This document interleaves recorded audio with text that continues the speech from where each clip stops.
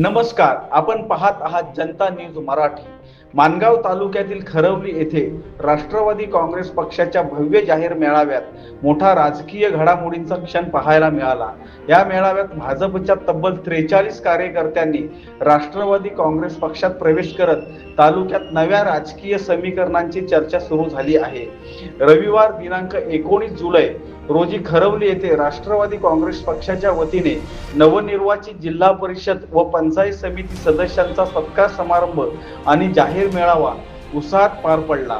या कार्यक्रमाला राज्याच्या मंत्री आदिती तटकरे आणि राष्ट्रवादी काँग्रेस रायगड जिल्हा कार्याध्यक्ष सुभाष केकाने यांची प्रमुख उपस्थिती लाभली। यावेळी मंत्री आदिती तटकरे यांनी गावाच्या विकासासाठी राजकीय एकजुटीचे महत्त्व अधोरेखित केले। त्या म्हणाल्या, एका गावात अनेक राजकीय प्रवाह असतील तर विकास खुंटतो, एकजूट असेल तर प्रगतीला गती मिळते। गावाच्या हितासाठी विकासाच्या राजकारणाला प्राधान्य देणे आवश्यक आहे। मेळाव्यात जिल्हा परिषद सदस्य असलमभाई राऊत, दिशा जाधव, पंचायत समितीच्या सभापती मनीषा मालोरे, सदस्य अलका केकाने, संगीता बक्कम यांचा मंत्री आदिती तटकरे यांच्या हस्ते शाल आणि पुष्पगुच्छ देऊन सत्कार करण्यात आला। यानंतर कार्यक्रमातील सर्वात महत्त्वाची घडामोड म्हणजे खरवली आणि काकलकोट येथील भाजपचे 43 कार्यकर्त्यांनी राष्ट्रवादी काँग्रेस पक्षात जाहीर प्रवेश केला।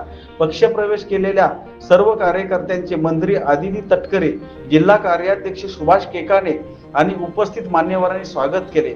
कार्यक्रमाला दीपक जाधव, संतोष खडतर, शादाब गैबी, काका नवगणे, गजानन अधिकारी, महादेव बक्कम, शैलेश भोनकर, ॲडव्होकेट सुशील दसवते, उदय अधिकारी, राजू शिर्के, विजय बक्कम यांच्यासह पक्षाचे पदाधिकारी, लोकप्रतिनिधी आणि कार्यकर्ते मोठ्या संख्येने उपस्थित होते।